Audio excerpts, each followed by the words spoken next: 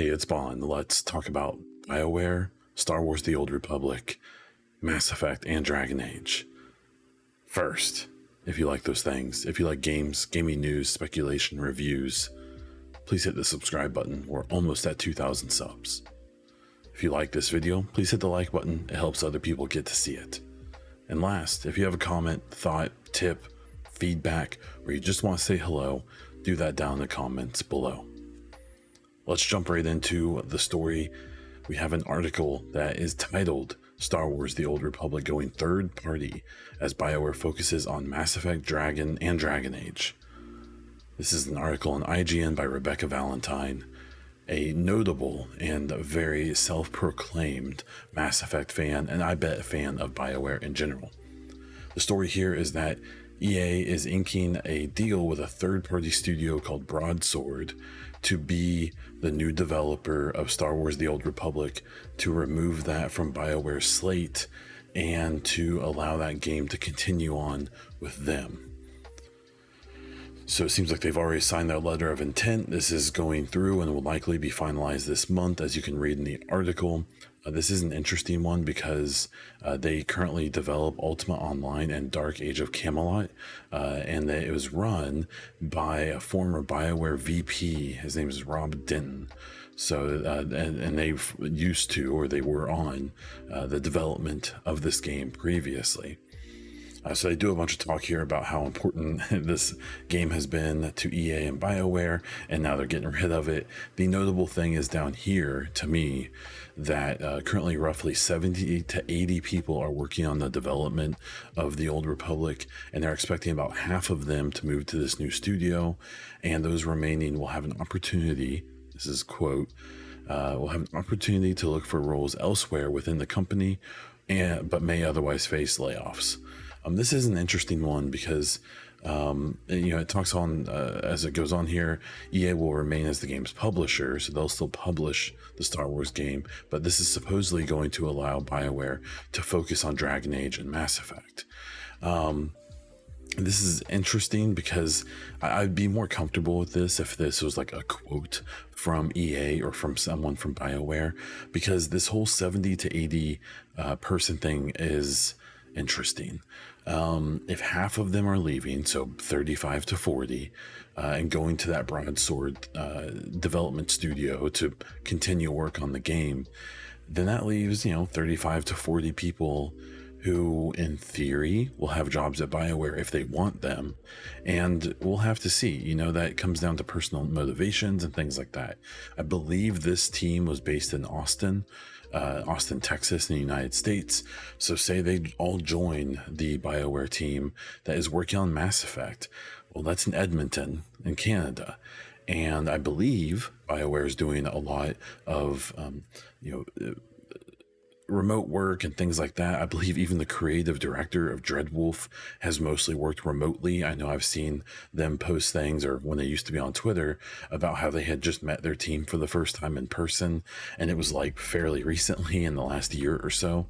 And so I don't think that would be a big issue, but maybe these people don't want to work on Mass Effect, or who knows. Now, what it hopefully means is that they are hoping to keep at least 40 to 50 of these positions, and if people don't stay, that possibly they could hire for them.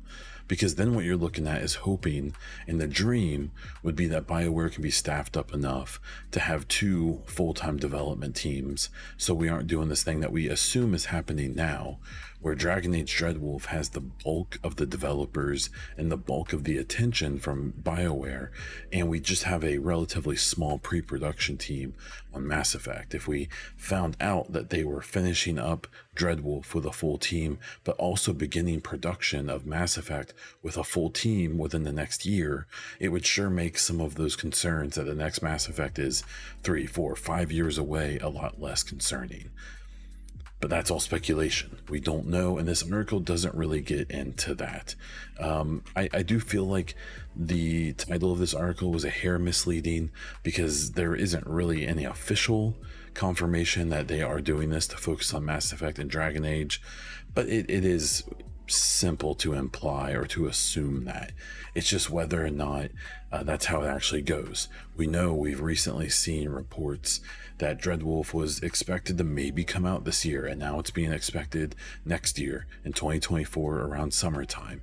Mark Dara has returned to the Dreadwolf project as a consultant, basically, and not technically as being back full-time on the dev team. We also know that they've brought over Mass Effect devs from the pre-production team to help them finish up Dreadwolf. We don't know who they were. We don't know if they're management level, if they were developer level, or both. So we're kind of shooting in the dark. But I guess what we can hope for is that this shows a further dedication from EA to focus on single player games again, because they've gone pretty well for them lately. And we can maybe hope that these positions aren't just going to disappear from BioWare, but are going to be an opportunity for them to build up likely their entire team, and maybe the Mass Effect team more from just the pre-production team. Who knows? Hopefully we get more information soon. Maybe we'll get some kind of statement from BioWare soon-ish. The last bit of info I will give you is that the Kind of Funny Gamescast this week, which is another podcast, did their predictions for the Summer Games Fest. And one of the members, Andy Cortez, was pretty adamant, and even all of the people on the panel seemed pretty confident that EA may be of the big publishers, the studio or the publisher that has the most games that show at Summer Game Fest, and that very well could include even just a teaser for Dreadwolf and maybe a teaser for Mass Effect. Jeff Grubb has gone on the record saying that doesn't seem like it's the case. We may not see anything about Dreadwolf anytime soon, and especially not Mass Effect. He seems to have a little more of the insider status, where some of the Kind of Funny guys just seem to be pretty big on the hopium, which I can very much appreciate. So who knows? Let me know what you think is going to happen. We have the show here in a couple days. I will be co-streaming it. I am an official co-streamer, and I will be doing my this week's episode of the EchoCast as soon as that show ends, because I am going on vacation soon, and I need to do that show ASAP so I can pack and get out of Dodge. So that's it. That's what I have for this one. If you like this video, please subscribe. If you want more BioWare info, more Mass Effect, whatever else comes out, just gaming news in general, subscribe here, you'll get it. If you like the video, hit the like button so it's seen by more people. If you want to leave a comment, leave a tip, leave a suggestion, or just say hello, do it down in the comments. You can find me as Bond Diesel all over the internet, including on Twitter, Twitch, and Instagram. You can also catch my weekly gaming podcast where I just talk about whatever was going on that week. I talk a lot about BioWare and Mass Effect as well. It's called the EchoCast. It's on all podcast platforms and right here on this YouTube channel. That's all I have for this one. Until next time.